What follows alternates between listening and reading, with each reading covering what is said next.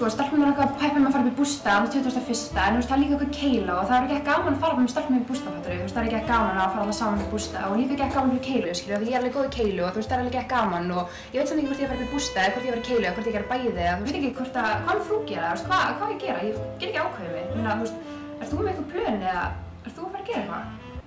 Já, ég með plön. Ég er svo fucking farinn að þú næst ekki í mig. Ég er svo fucking farinn að þú næst ekki í mig. Svo fucking farinn, það næst ekki í mig.